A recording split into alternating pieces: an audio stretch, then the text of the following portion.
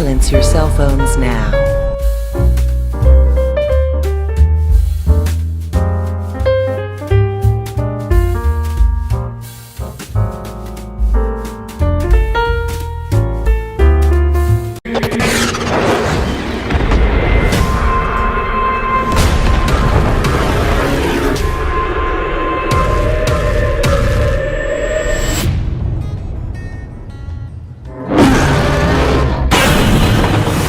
Godzilla. What's going on, YouTube? It's that same place to be, Chocho, Mr. A&E. Back to give you guys another movie experience this weekend, and we are here to talk about the movie. The clash of two pop culture icons. I mean, it's like AVP, Alien vs. Predator, like Freddy vs. Jason, like Batman vs. Superman, Terminator vs. RoboCop. Well, now we are here to talk about the movie that's finally here, Godzilla vs. Kong. So Godzilla vs. Kong is the finale. Well, I don't know how long we could keep going on with this MonsterVerse type thing, but we already started with Godzilla in 2014. Then we had Kong Skull Island in 2017, I believe. Then we had in 2019 we had Godzilla King of the Monsters. So now everybody come to the head. I was always wondering how come Kong never got a second movie type of thing. But you know what? You know what we're here for.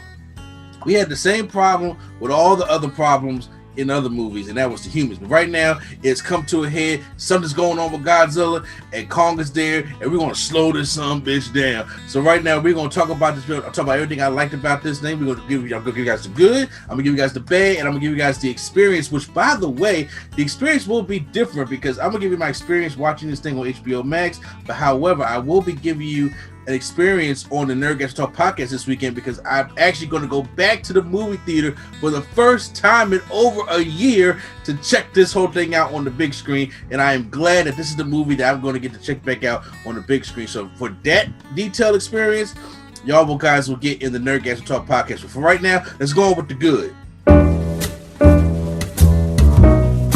Alright, so when it comes to the good, it's exactly what you came here for. We don't waste no time. It's all about the fight. It's all about the showdown. In all these versus movies that we see of two pop culture icons going at it, we all want to see how the fight is going to be portrayed. You know what I'm saying? And right now, when it comes to that, Godzilla and Kong deliver on the fights. I would have to say there are some good battles here. There's actually some first-person action scenes and that they do from the battle, like when you see Kong punch like that or Godzilla headbutt, stuff like that. I mean, it's good. And these guys is like fighting. I'm not talking about like, you know, big monster clash that they all clunky and they're like basically like a Power Ranger Megazord fight. No, Kong's throwing hands. He's leaping on buildings, doing drop kicks. Godzilla is sitting there blocking shit, giving headbutts, giving out his energy beam, doing tail whips, stomping on people. I was like, wait, hold on. They fighting. I'm not talking about they not just, moving around and slapping each other. They is fighting, like to the point, and it's like it's almost like rounds in a way. So every time they come up on screen, I think it's really good. And that's basically what you need in a movie. There are human elements. Like, once again, I'm not talking about, so nobody is here to see what the humans are doing, and nobody cares about what's about the plot. They're here for the fight, okay? Because the humans are the ones that kind of destroy these kind of movies, like from this and Transformers and stuff like that. But there is one of the humans that's in there, Brian Tyree Henry, aka Paperboy. Yeah, I think he's good. I like him, and I would never think that he would be the comic relief in these kind of movies, but for me, he is. And yes, there's a couple of returning characters, obviously from some of these franchises, Millie Bobby Brown, and some from Godzilla, Console Island, stuff like that. But sometimes those movies, the human characters are so forgettable in those movies, you really don't catch the crossovers like that. But when it comes to Brian Tyree Henry, though, I think he's the one that basically delivers on that thing when it comes to the comic stuff. And the human didn't aggravate me the most. You know what I'm saying?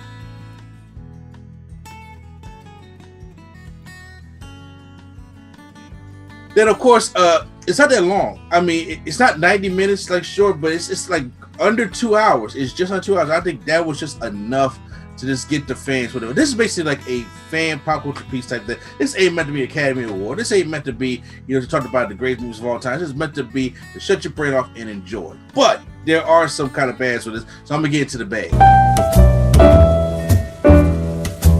All right, so when it comes to the bad, there are moments in here like where the humans do take over the movie a little bit, and it really slows it down. And I've been trying to understand the plot points, and they be introducing these new characters, stuff like that. I'm like, look, we are in a crossover movie, okay? And I mean, like, that's why we killed most of the characters in the first place.